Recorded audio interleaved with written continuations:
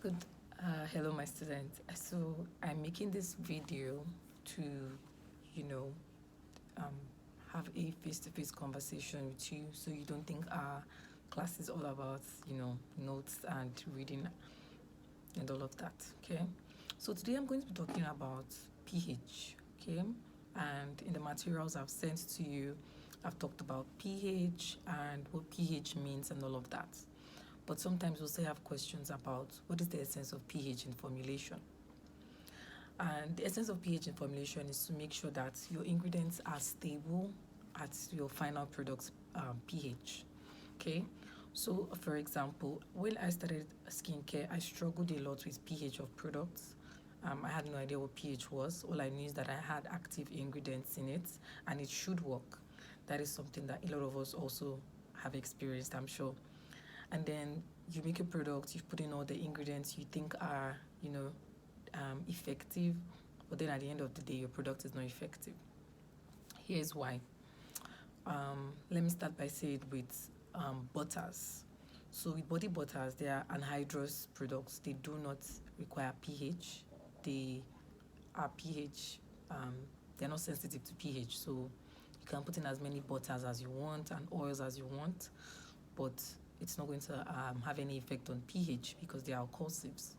So when you put in, except when you're putting in essential oils, you definitely need to dilute with carrier oils because some essential oils make your skin very sensitive to the sun and thereby leading to burns. Okay, now let's go into pH of creams, which is the key factor here.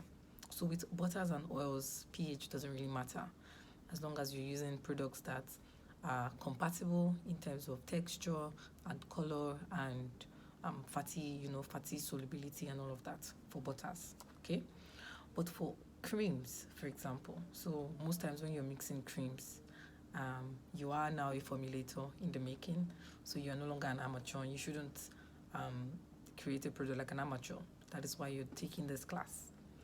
So when you're making a cream, you want to make sure that you're choosing your ingredients wisely.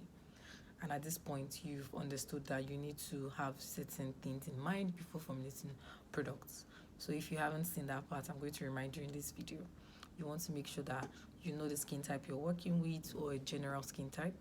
You want to make sure that you know what the problem is because you're trying to create a solution. Cosmetics is a solution to a skin problem. So you're trying to create a solution to a problem, and skin type and knowing what you want your formulation to look like. Do you want it to be a butter? Do you want it to be an emulsion, a cream?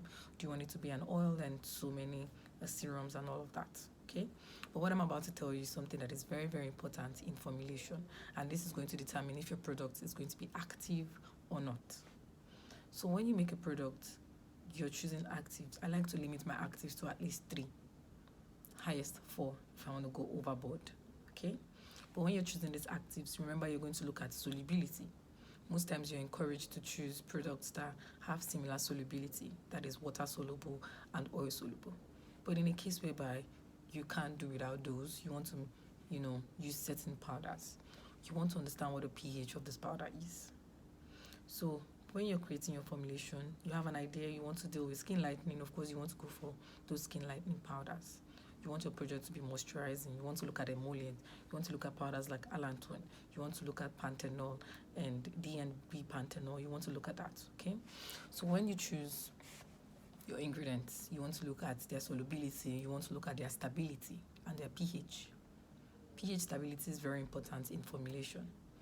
When you're doing a product, you want to make sure that you're choosing ingredients that have similar pH stability. Here's why. When I'm making a product, I try to limit pH adjusters because sometimes pH adjusters, although they don't really affect, some pH adjusters will react negatively to the ingredients you've used, but sometimes pH adjusters can change consistency and color of your formulation. So you want to make sure that you've gotten your pH, you have an idea what your pH should look like. Now, these powders we're choosing in our formulation have a stable pH. This stable pH means that when they are that pH, they are active. Okay? Now, if you put them in a pH lesser or higher, they're not going to function in your product.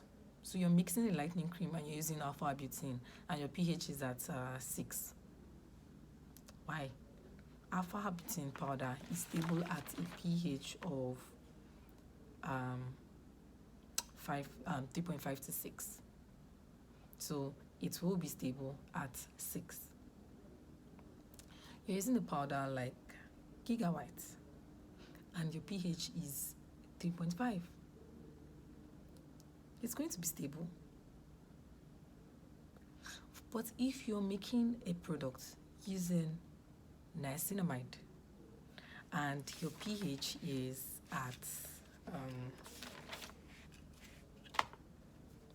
3,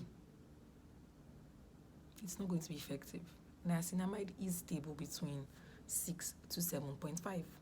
So if you're putting niacinamide as your key ingredient in your formulation and your final pH is at 3, it's going to be void in your formulation. So this is something that a lot of formulators struggle with.